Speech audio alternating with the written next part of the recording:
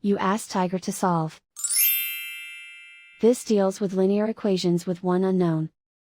The final result is x equals 11. Let's solve it step by step. Group all x terms on the left side of the equation. Subtract 4x from both sides. Group like terms. Simplify the arithmetic. Group like terms. Simplify the arithmetic. Group all constants on the right side of the equation. Add 5 to both sides. Simplify the arithmetic.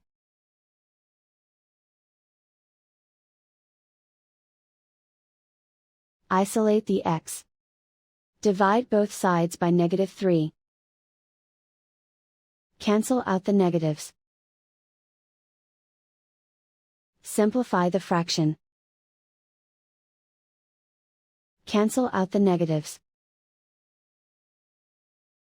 Find the greatest common factor of the numerator and denominator. Factor out and cancel the greatest common factor. And so the final result is x equals 11.